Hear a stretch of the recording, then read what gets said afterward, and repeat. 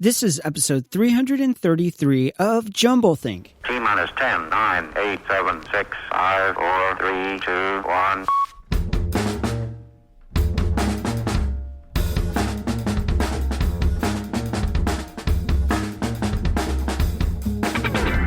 Welcome to Jumblethink, where we interview dreamers, makers, innovators, and influencers all about their journey of turning dreams and ideas into reality.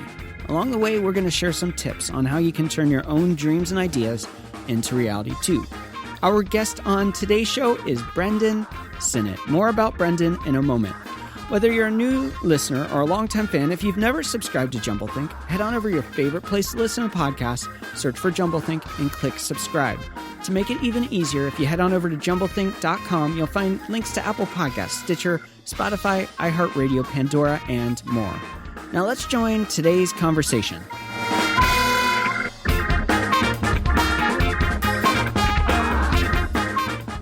Hey there, friends. Welcome to Jumblethink. My name is Michael Woodward. I am your host. We have a really, really cool show lined up for you today. Our guest is Brendan Synnott. He's done a lot in the last several years. He worked at SNL. He was on Survivor.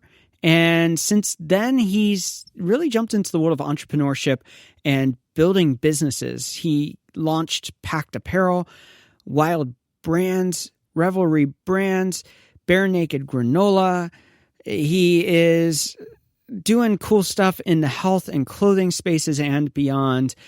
We're going to talk a lot about those different brands that he's built. We're going to talk about sustainable clothing. We're going to talk about building things that you believe in. It's a really fun conversation. So let's go ahead and join our conversation with today's guest, Brendan Synnott. Brendan, thanks so much for joining us on Jumblethink. Thanks for having me. Looking forward to it. I'm super excited about this. We're talking offline. Pact Apparel, I am familiar with. I found them years ago through Trunk Club. Been a big fan ever since. So I'm excited to hear your story, hear the story behind. I think it's like 1.2 billion. I was counting the other day, and it's like 1.2 billion different brands that you've had your hand in. So lots going on, and you have some new stuff going on with Little Secrets, which I'm not as familiar with. So I'm excited to hear about that. You have an interesting journey into creating brands. You start on the production staff of SNL. You end up on Survivor. Walk us through this journey of finding entrepreneurship and starting brands and building consumer goods, really. Yeah, it's definitely been a journey, and every day I wake up and I love building products that I believe in to my core, to my soul, and that I think are kind of, better products for mankind. That's what kind of gets me up every day.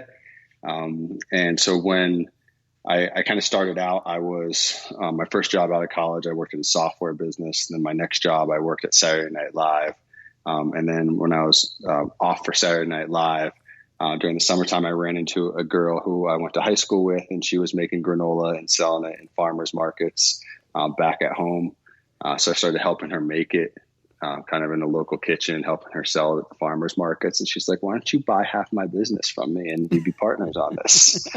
And so I got out my, I think I cashed in my safety deposit checks or treasury checks and bought half of the company for $3,700. Wow. And that was kind of the foundation of Bare Naked. And, that was, I don't want to say that was my first kind of interest in entrepreneurship. I had 2 grandfathers that were entrepreneurs. And then all during high school, I waxed cars for people.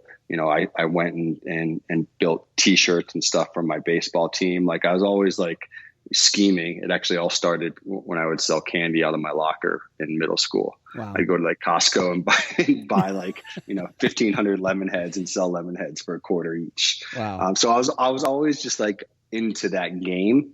And the kind of the idea of that, the competition of that. And then I ran into my friend who was into food. And I was always very into food, taking care of my body, exercising, watching what I ate, knowing that what I ate impacted how I felt. And so she was selling the granola, and it was natural, and it was free of preservatives, and you could pronounce all the ingredients. And, all this kind of basic stuff, you knew where the ingredients came from. And I was like, oh, this all makes sense. This this to me is everything that I want about kind of my breakfast and how I start my day and how I treat my body. The whole kind of premise for me was like, well, gosh, like in 5 or 10 years, like, isn't everybody going to want to eat natural and organic food products? And that was in 2002. And so we just started building it from there. Wow. Walk us through some of the brands. You mentioned Bare Naked. What are some of the other brands that you've been either an advisor or founder or involved with over the last, now 18 years, it seems like? Yep. So I founded Bare Naked, which was the granola company. Founded a frozen food business called Evil, EVOL. So we make like burritos and kind of better stuff than Stouffer's makes, but all in the frozen case in grocery stores. Started a company called I and Love and You, which is a pet food business, making natural and holistic pet food. Started a business called Little Secrets, which makes kind of better for you chocolate candies. So think like M&Ms, Twix, Kit Kats, but all natural, all preservative free, no artificial anything. And then founded Pact, which is the apparel company that I run and spend most of my time on today. And then I've invested in a number of kind of brands within the space. Also, probably the most notable is Siggi's, which is a dairy business. So if you go to Starbucks and you buy kind of a Greek looking yogurt, it's actually Icelandic yogurt off the front register. That's Siggi's. Wow. So you have your hands, or have had your hands, in a lot over the years. And the common thread, though, seems to be this place of building brands that you believe in. You see so many entrepreneurs that are simply money driven, but in our age bracket, and there's been a change in business culture of really wanting to build brands that not only make money, but are things that we can believe in and stand behind. So talk to us a little bit about that evolution for you, and really making value statements and judgment calls of what you build has to be something you value. Yeah. I mean, it's all I've ever really thought about. I couldn't imagine dumping my personal capital, my time, dumping my money, my investment, dumping kind of like my blood, sweat, and tears into something that I didn't think was going to be better for the people that it touched and for the planet that it was made on. I couldn't imagine spending time on something that wasn't kind of a better version of something that we have today. I grew up right outside of Connecticut, right outside of New York City, and kind of grew up around kind of Wall Street and Wall Street traders and Wall Street community and hedge funds and that whole universe. And that was kind of where my high school was, where I grew up. Mm-hmm. And I never understood it. I was like, why you guys are making money off of what? Because of why? Who touched it? Where is it? Like, and who understands it, and why do only you guys have access to it? Yeah. It felt like this kind of club that was exclusive and not really created a lot of value for people that it touched, considering the amount of wealth that it generated. Mm-hmm. Like when I sold Bare Naked, my first like five or 10 employees were my high school buddies and my college friends. Wow. And when we sold Bare Naked, we made 15 millionaires out of that group. Right? Like, it was so awesome for all of us to go work on food that we believed in, food that was made a better way, food that was going to force Kellogg's, big companies, to change and react and change the way that they did business and provide more transparency. Like, we were on the front edge of that, and we were able to build something valuable and all create wealth from it. And that was like, if everybody doesn't win like that, it's just like, it's not worth it because it's too hard otherwise. It seems like a distant stretch to go food versus clothing. And that seems to be like the two very edges of what you do, really good holistic foods versus, okay, you got this clothing brand. And yeah, there is a synergy there. And as I researched Pact and found out more about what you were doing with building this company Pact, you were looking for clothing that approached almost in a natural foods kind of mentality way to build these clothing. So walk us through how you're sourcing and building a clothing company that is toxic free, which is better for you, better for the people who work for your company, better for the environment, better for the consumer. Yeah. So, I mean, it's always been for me like a better proposition for the consumer, and a better proposition with the consumer is always, the foundation of it has always been transparency. Because like, I've never really thought that I could build the perfect product for somebody that everybody is going to like. Somebody is not going to like something about what I make. That's okay. That's okay. Right. It's about being transparent about the good stuff and transparent about the stuff that we need to work on. Like, no company is perfect from a sustainability standpoint. It's a journey. You do your best along the way. And it's kind of about kind of owning what's good and what's bad, but just giving that information to the consumer and allowing them to infer their own decision about, the quality of the work that you're doing. So that's always been, to me, like the foundational shift that happened with consumers over the last like 15, 20 years, is that the power shifted from brands to the consumers. And it was the brand's job, rather than to force feed consumers certain information, it was to be totally transparent with them and do the right thing. And through that process is how you'll create kind of brand loyalty. So that's always been like foundational for me about everything that I built. Food to me made sense. It was something that I consumed. It was something that, I ate every day. It was something that I could go build myself and go kind of touch myself. And I think when consumers start to buy into kind of a better for you proposition or a better for you brand, I think it's so much easier to go build that relationship with customers when the product that you're selling is something that they touch and feel every day. Yeah. And so like, selling, granola, cereal, something you eat every day. Dog food is something that you feed your dogs every day. Candy is something that you might not admit to, but you're probably snacking on every day. Oh, I'll admit it. I love snack food. When we did, the burritos and the frozen food business, it's like, our customers were eating frozen food for their meals 4 or 5 times a week. Wow. That's great. Yeah. And so, but it was always something where like the consumer was really invested. And I do it because I like building stuff that I believe in. And I also like kind of taking on the establishment and saying, gosh, you guys are not doing it the right way. And I'd like you to change. And the best way that I can get you to change is by taking market share from you and forcing you to react. Yeah. And so I looked at the apparel space and I was like, we have so much good momentum in food's changing. And I was so grateful for being a part of it.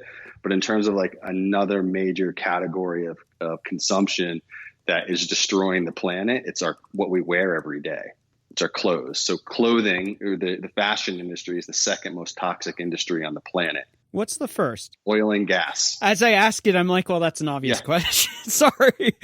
But you think about that, and it's like this is what we wear every day. Yeah. It's what it says, and when you wear clothes, you wear clothes for comfort and function, but you also wear clothes so that people have a perception of, the types of choices you make, the crowd that you run in.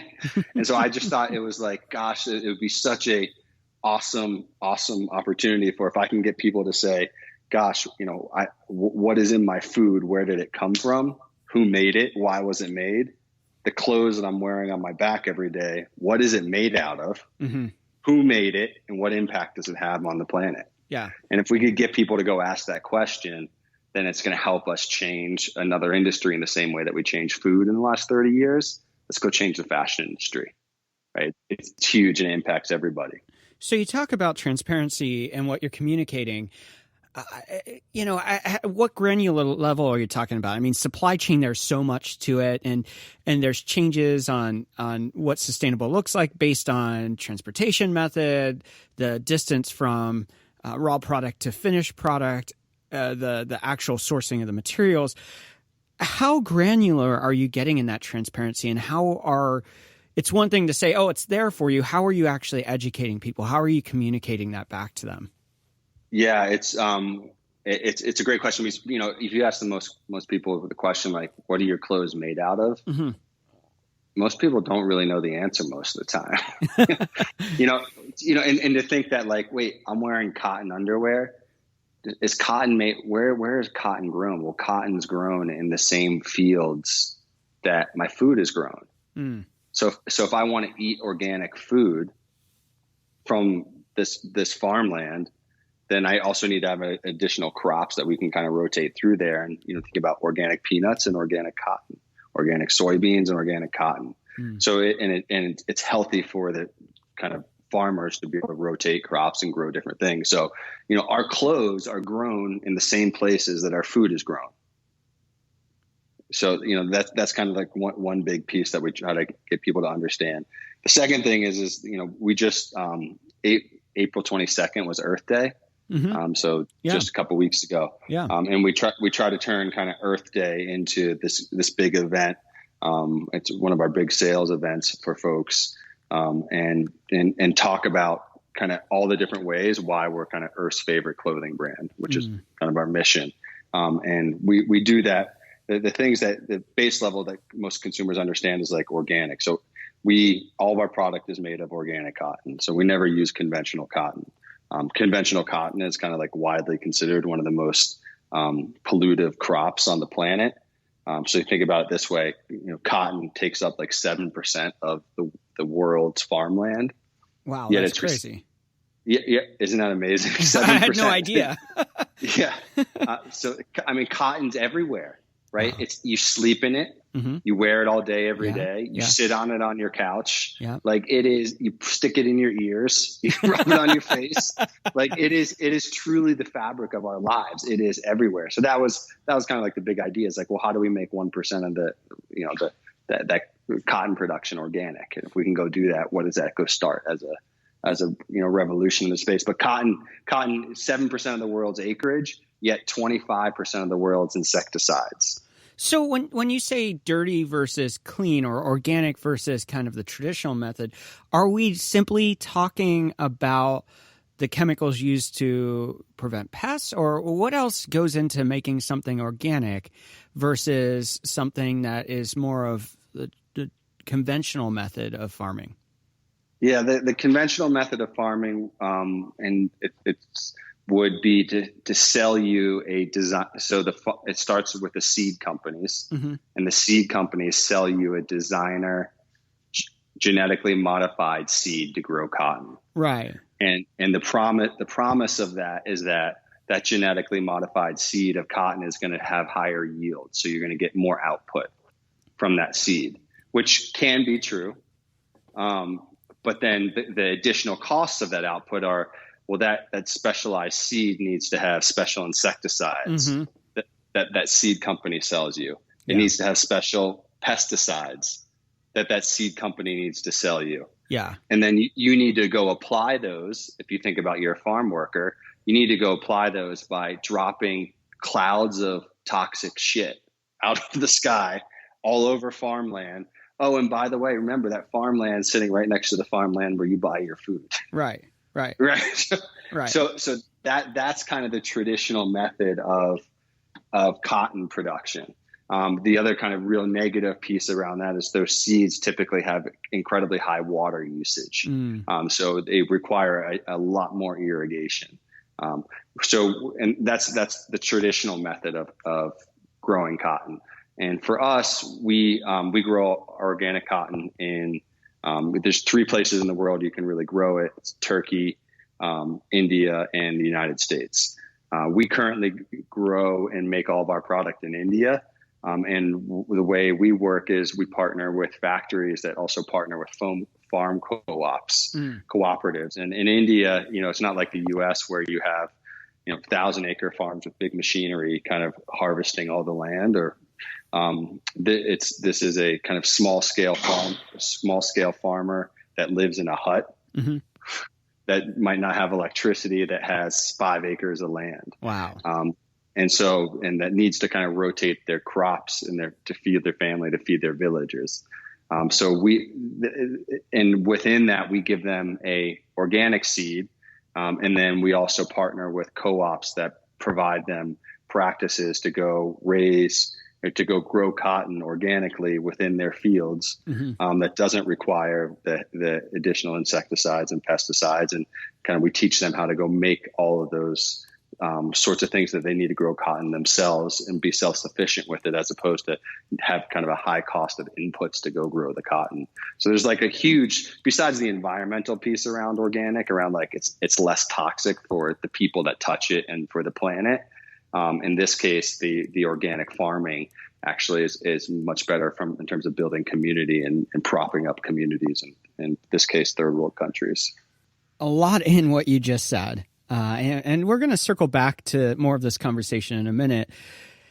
As we wrap up this first segment, there's 3 questions we always ask. The first one being, how do you find purpose in what you do? I don't know any other way. Right? Like I don't if I don't find purpose in it, I won't do it. What is one challenge you're currently working to overcome? I'm currently working on work-life balance in my home. Okay. It's been wild because, I stay at home. I have 4 kids and I love being with my kids and doing stuff. And, with COVID and all of us on lockdown, we're all during the house, and they're like, Dad, why are you working so much now? Why are you never here? Because whenever we're home all together, it's about being home together. And now we're home together. And now I have to go leave mysteriously to go do work and go stare at a screen. and they're like, why are you working so much? And kind of working through that new reality we're all facing. Wow. We don't usually ask, at this point, we don't usually ask this question, but with those changes with COVID-19 and how it's impacting your family, it's obviously impacting your business supply chains. It's impacting sales and everything like that. How are you guys faring through all of this? Yeah, COVID's been, I feel really lucky. It's been really good for our business. Apparel and clothing has gotten absolutely crushed. Yeah. People don't necessarily need new stuff to go hang out in their house. But from our standpoint, we're a direct to consumer business. So we weren't impacted by the retail closures.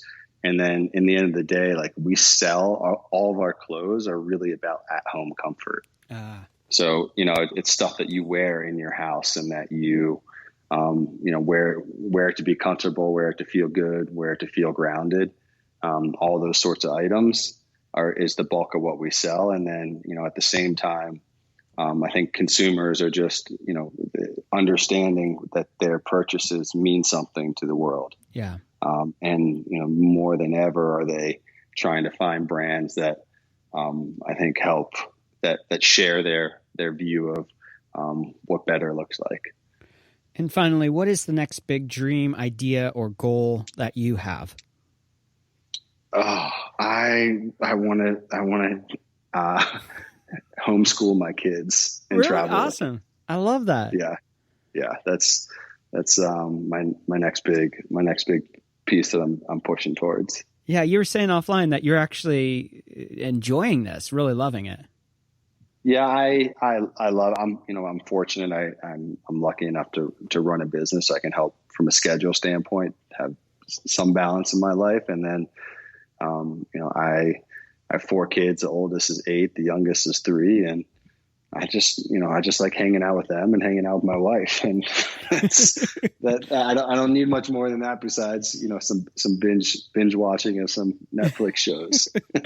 Well, I can relate to this a lot. We're in the same boat as you. We homeschool already, but we both work from home and get to travel and do things. I from somebody that's on the other side of this and who's been doing this for we've been doing it since our oldest was born. It is definitely worth it. So I cheer you on that endeavor. Yeah, it's great. We're going to take a break right here. When we come back, we're going to continue the conversation. We're going to talk a little bit more about little secrets. We're going to talk about entrepreneurship and fast fashion versus sustainable fashion and much more. We'll be right back.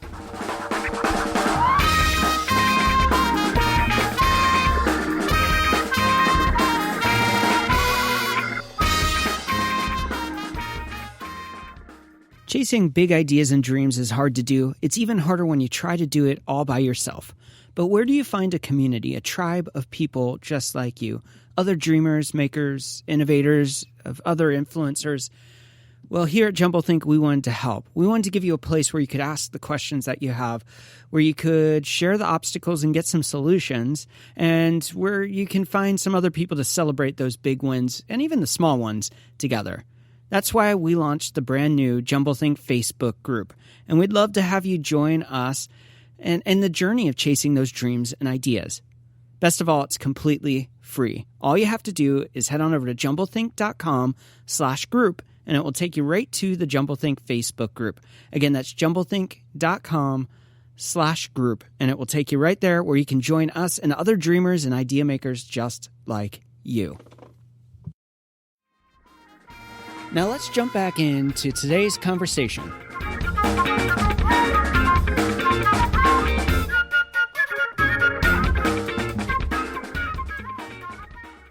We are back with Brendan. All right, before we get going, how can people find and connect with, you've got a billion things. So what's the best ways to find those things? Yeah, I think our website for Pact is wearpact.com. And then I don't actually spend too much time on social media. Myself, I'm too busy chasing my children around. It's like that's my reality show. Super cool. Well, we'll put the links in episode notes for Pact. We'll also put little secrets in there and a bunch of other things. So go check those out. All right, we've been talking a lot about Pact. I want to come back to that in a minute, but I want to make sure we talk a little bit about little secrets. What amazes me about this is that there's a lot in the world of chocolate and coffee about sustainable, about fair trade, about organic, bean to bar, but there isn't a lot in that space that goes beyond the bar, making something that's a much more complex, competitive chocolate that would go against a Reese's or against a Hershey's or some of those, Kit Kats and things like that. Talk to us a little bit about what was the advent of Little Secrets and why you are kind of like creating a space that hasn't really been there. Yeah, Little Secrets. I started, candy's always had a big place in my heart, in my life. It was kind of like I bought it in middle school and then would sell it out of my locker. Yeah. That was, I kind of go back deep with it. And so after I had built a couple businesses in some categories, one of the categories that I thought just didn't feel modern to me was the candy category. There's something so nostalgic about it. It's been the same brands forever. They make delicious products, and the idea of getting a Kit Kat bar on Halloween, or the idea of having M&Ms at the pool when you're young, or the Twix bar at the grocery store. All those different things are all kind of deep memories. And in the end of the day, those people invented products that are delicious. Like a candy coated piece of chocolate that doesn't melt in your hand and melts in your mouth.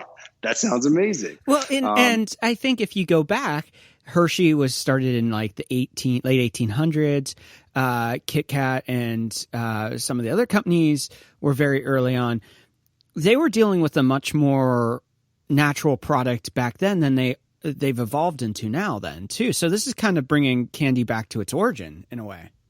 Yeah, I think if you look back 100 years, that was always one of my favorite things. So Bare Naked was the granola company. We ended up selling that to Kellogg's. Oh, okay. Kellogg's bought it from us. And Kellogg's, Dr. Kellogg, the guy that started Kellogg's, the first cereal that he ever invented was granola. Right? That goes full circle, right? It goes full circle. Yeah. So it's we were doing it right 50 to 100 years ago. Then we commercialized it and force fed it down people's, minds through mass media and commercials. And then as soon as the internet came and where consumers got the power back, then it's like, oh, these were all great ideas that you guys shared with us, but now we're going to go build them in a way that, feels more real, more modern based on where we are today. Yeah. But chocolate and those candies and those things, the whole idea was like, how do we bring consumers back to that indulgent place of those great flavors and those great combinations of crunchy and gooey and soft and sweet and salty, but then have kind of a little bit less guilt around them. So can you make them with less sugar? Can you make them with no preservatives? Can you make them with no artificial colors? Can you make them with fair trade chocolates? And that was the premise. And it's remarkable how hard it is to go make these things. Right. In terms of like the technical capability of putting a cookie and wrapping it in caramel and wrapping the cookie in the caramel and chocolate and then having it all still crunchy at the end of it is technically hard, which has been really fun to work on and build. Now, in the case of Little Secrets, that was founded by Chris Mears, if I remember correctly. So some of the businesses that you work on, I mean, Bare Naked was the same way. That was an evolution outside of partnering with someone else. Talk to us a little bit about the process of starting your own things versus partnering with other ventures and other people who are doing really cool things. How do you go through the idea, innovation, and building out these businesses? Do you prefer partnering with other people? Do you like when you get to start something that is your kind of passion project? Walk us through that process for you. Yeah, it's changed over, the past 15 years. I've tried kind of both ways. I've realized that I am best when I can go partner with somebody that has deep product experience. Yeah. And so somebody that is so obsessive about making the perfect Kit Kat knockoff, so obsessive about making the perfect green chili burrito. The mad scientists of their space. Yeah. And that allows for me, I want them to go run in that lane and think about that all the time. And then I'll take their kind of greatness that they can build from a product standpoint and figure out how to go commercialize it. And go commercialize it through a brand that people want to engage with, through a set of products that make sense to people's life, and then through channels where they want to go meet us. And that's where I found the most success is when, it allows me to go run in those lanes as fast as I can. If I have a partner that can kind of run equally as fast with the product. And, I had with the first company with Bare Naked, I started with the girl I went to high school with, and she was obsessive about the product. Wow. All about the product, and that was all that mattered to her. And it was ultimately such a great balance between the two of us to have that sort of dedication to product and that dedication to kind of delivering that product to the consumer, and allow them to kind of allow us to kind of share that burden together, share that adventure together, because ultimately, as you go through these things, like nobody has the right answer each time. It's always a guess. Yeah. And it's a guess, and you take the next step and hope that your team around you is, can all hold on together. I've personally run an agency and had employees. I've been on the side of solopreneur. I always, at least for who I am, enjoy the journey of creating when I'm working with a team of people. So I can really empathize with like you saying, I love coming in and being a part of the process and letting the mad scientists behind like the chocolate or the granola really do what they do and then come in and support that. I can really relate to that. You obviously understand your strengths and abilities and what you're creating. Talk to us a little bit about the process of finding the right partners, because you need to find partners that complement what you do and you them. And not everyone's going to be a perfect fit, but you've worked with so many brands, even from the advisory standpoint. Finding the right partners is so significant. How do you vet? How do you process that to make sure it's a good fit for you? Yeah, for me, it starts at the category level, even in front of the partnership. Okay. So for me, like I start at candy. Okay. And I'm like, is there something to be said for, do I believe something needs to be created in that category? And, and this is how I kind of started Bare Naked. I walked down the cereal aisle and I was like, wait, this whole cereal aisle is like 120 feet of like giant boxes with cartoon characters on it. Yeah. With no ingredients that I can understand on any of them, filled with lies. Like do I believe that I can go build a section of the cereal category, which is granola, that's put in these nice transparent bags that consumers can have a better relationship with? Yeah. And, you know, that's to me kind of where it starts, because if I don't believe that, you know, the category piece is right, then I don't find that purpose in myself. I can't go fight for it. Yeah. Consistently.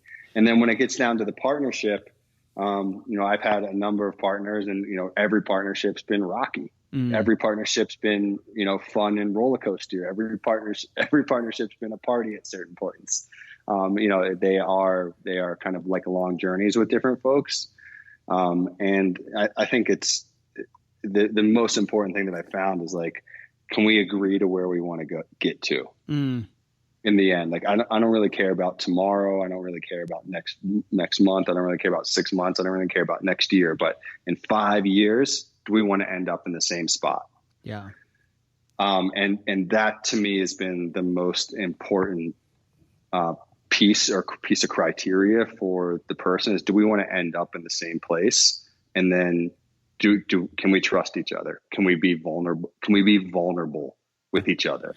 So that commonality of vision with understanding if they're somebody that you can actually work with. Yeah. It's vision. Do we want to go to the same place? And can we be vulnerable along the way? Because we're both going to do nothing but make mistakes. Yeah. Yeah.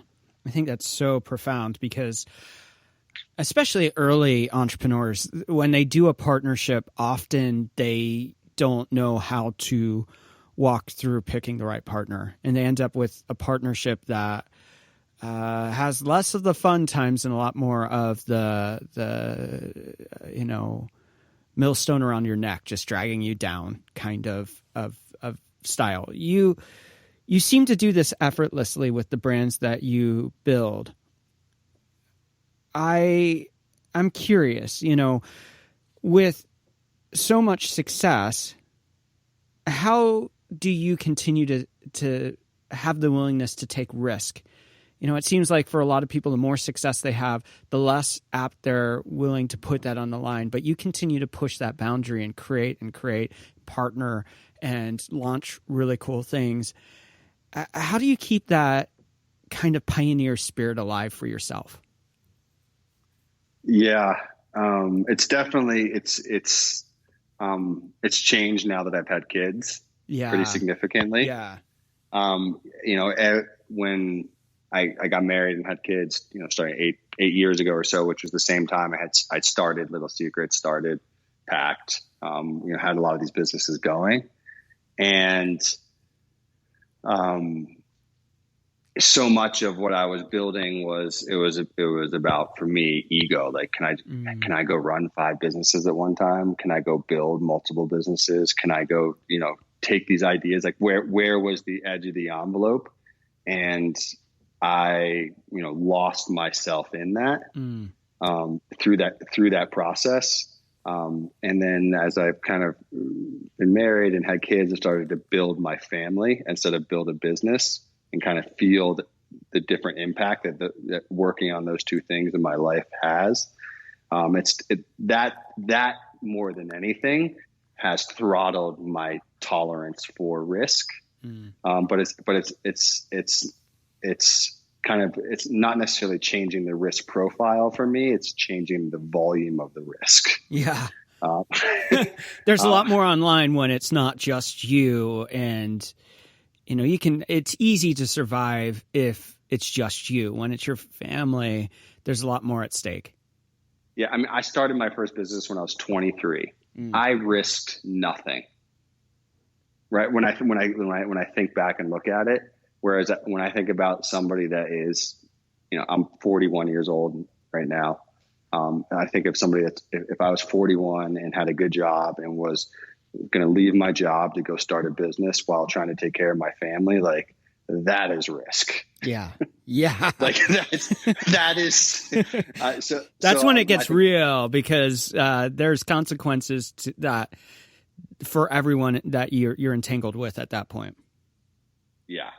So, but for me, and why I continue to do it is like, it gets back to kind of the beginning. Like I love building stuff. I love building stuff that I'm with people that I'm inspired by. And I love working on stuff that I think is going to change the planet, change our culture, change industries for the better. Mm-hmm. You know, that's my way of, in a sense, kind of giving back, is that I can go, I feel like I've helped make food companies make food more responsible. Yeah. And I'm going to, in a more responsible way, and I'm going to go help the fashion industry do the same thing by proving out Pact can be something that's meaningful. You know, one of the big trends, not historically, but in the last 20 years, has been this concept of fast fashion. And I wanted to make sure we talked about this before, you know, we wrap up today. And there are so many brands that their entire culture is built on stuff that you wear one or two times and then you move on from it. How are you shifting that? How are you saying, you know what, there's a better way to do fashion than, you know, wear and flip and, you know, do something else? Yeah, I mean, you're totally fast fashion. What kind of fast food did for people's health, right? Over the past 20 years. Not so good. not so good. Gave you something really cheap. Yeah. Highly consumable, something that was addictive, something that had no thought of what impact it has to the planet. Yeah. Right. No impact to your health, to your well-being. But it was something about giving you something that was cheap, that had a high velocity around it, that you could have whenever you wanted. Mm-hmm. And that's, you know, what people did with fast food is kind of what happened in the fashion industry around fast fashion. It was clothing that was made as quickly as possible with total disregard to the people that were actually sewing the garments in, or sewing the apparel in the factories, total disregard to the ingredients that we were using to go make the products, and then selling them so cheap that consumers thought them as disposable, which is like the worst thing that can happen. This is like the crazy fast fact. Yeah. This is what fast fashion has done. Yeah. How many pounds does the average person of clothes do they throw out a year? 20. 82 pounds. Wow. So we try to help people, encourage them to like go buy secondhand first. Yeah. Go try to borrow clothes if you can, if you're only going to wear it one time. Yeah. Or go rent it.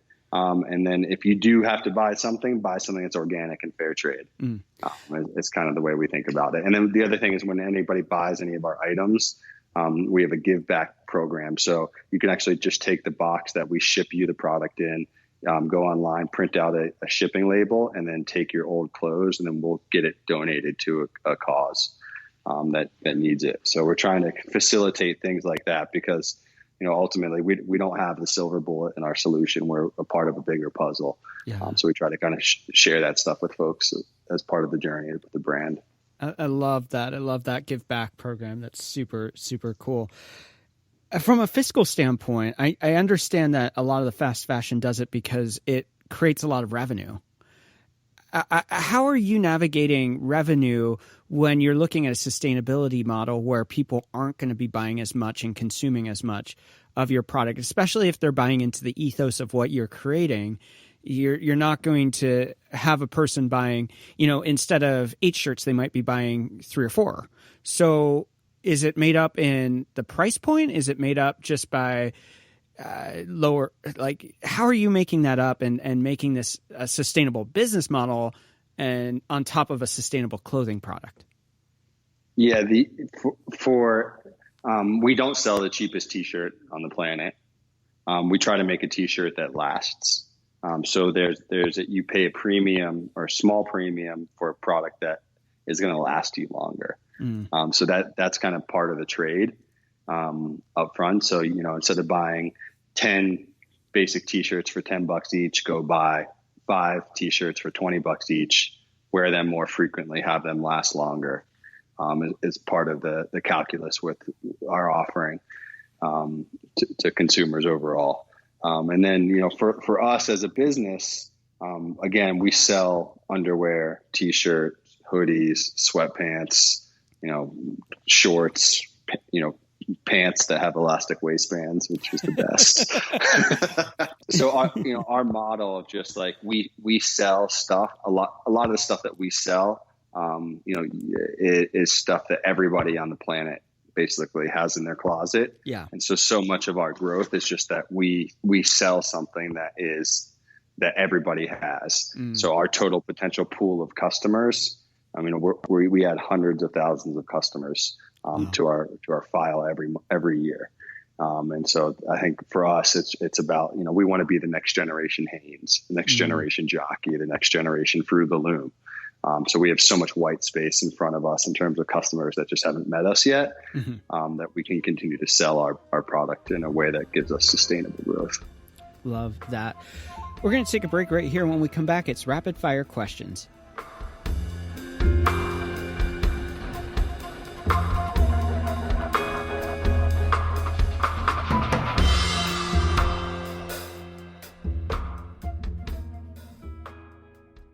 There is a lot going on here at JumbleThink, and we want to keep you in the loop. So how do you stay in touch?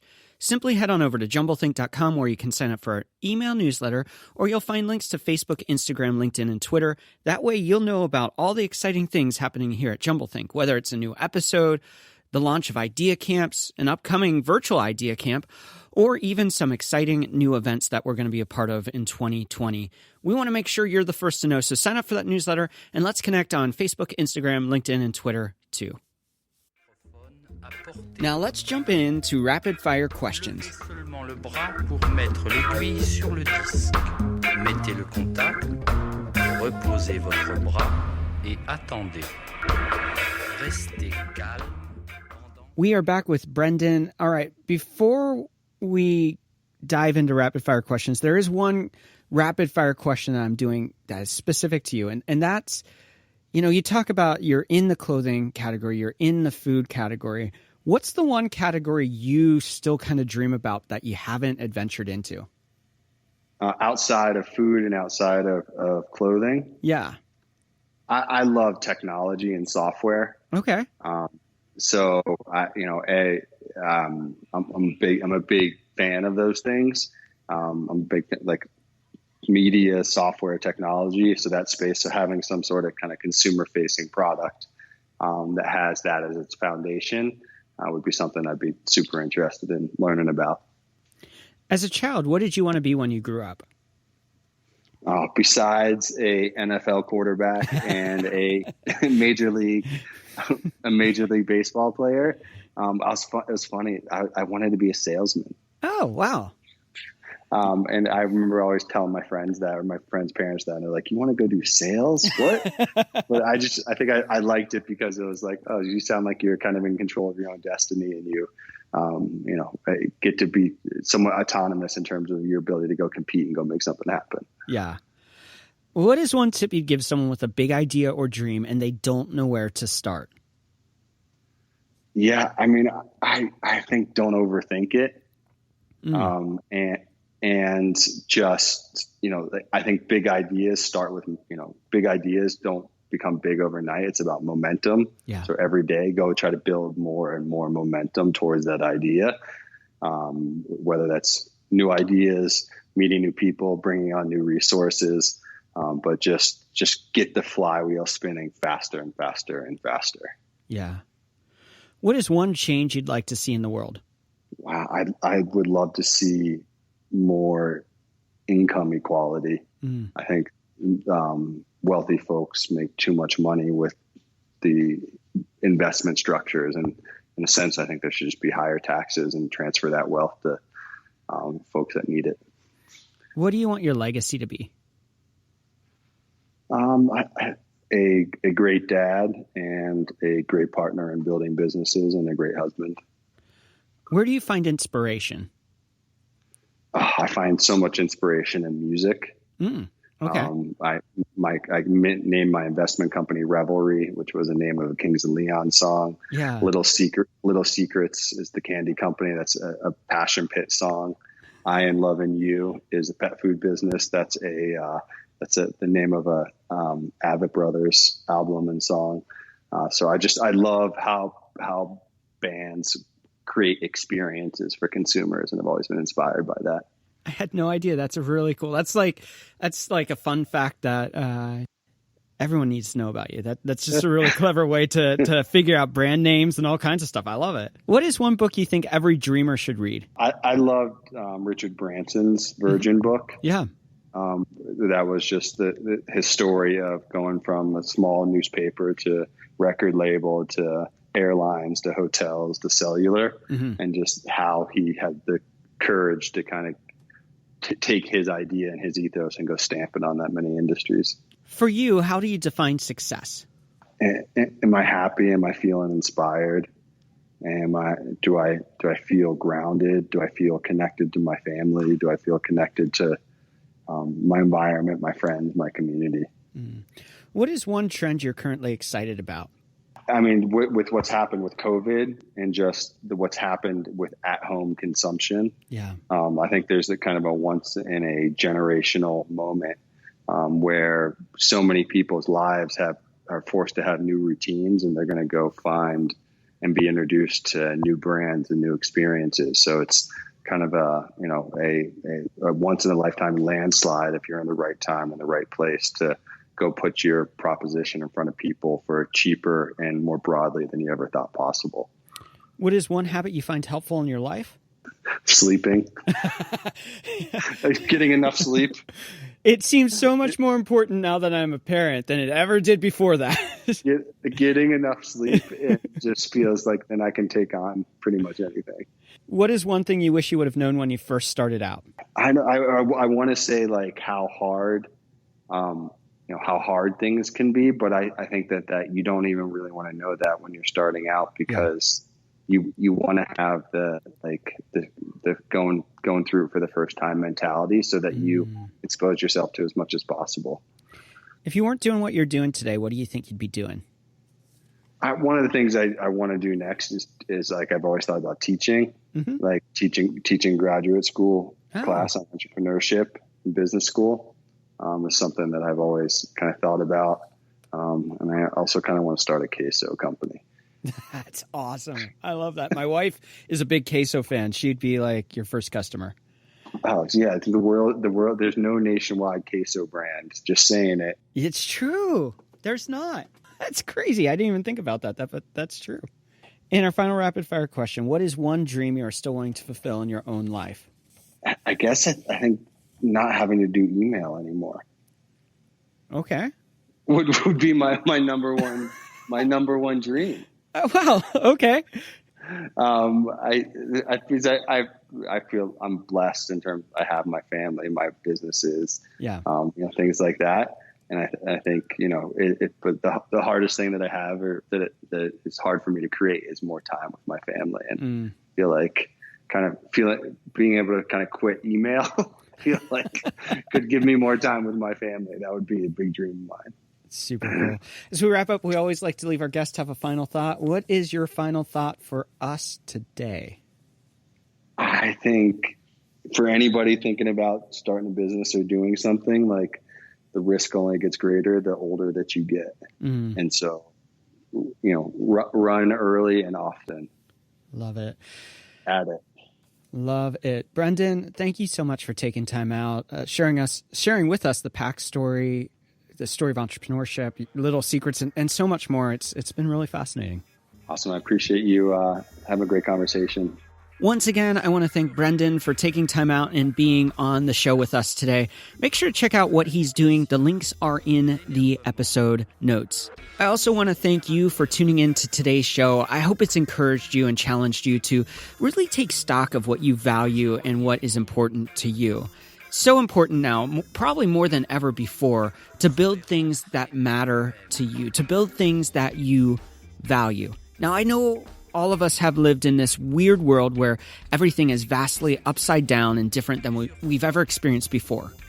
And the world is starting to open up again. Maybe you're going to restaurants or hanging out with friends or going to the mall or catching a movie. You're getting back to a place where the world's going to begin to reopen. That doesn't mean that you have to accept and go back to the way things were. There are a lot of great things that we will return to, but there are a lot of things that should be left in the past, a lot of things that we should leave behind and move forward into a new possibility. That's my challenge to you today. When you take stock of what matters to you, a lot of things that are insignificant have to be thrown away, gotten rid of, moved past. That's my challenge. Move past the things that you should leave behind and move forward into the new possibilities, the new future that you create. So what does that look like for you? What are you going to do? I'd love to hear. Drop me a note, hello@jumblethink.com, or leave a comment in the episode notes on Facebook, Instagram, LinkedIn, Twitter, wherever you're connecting with us. We'd love to hear what you're leaving in the past and what you're taking to the future and how you're going to change your life to become more of that dreamer, that maker, that innovator and influencer you always longed to be. Now it's in your hands. We can share ideas and challenge you to dream and then make those dreams a reality, but only when you act do those things actually come into existence. So get out there, dream big, and change the world around you. Vous êtes une autre personne. Les mères de famille, les enfants, peuvent également prendre un moment revitalisant. Dans quelques mois, lorsque vous aurez bien saisi la technique et que vous serez maître de votre corps, vous pourrez vous décontracter même en travaillant.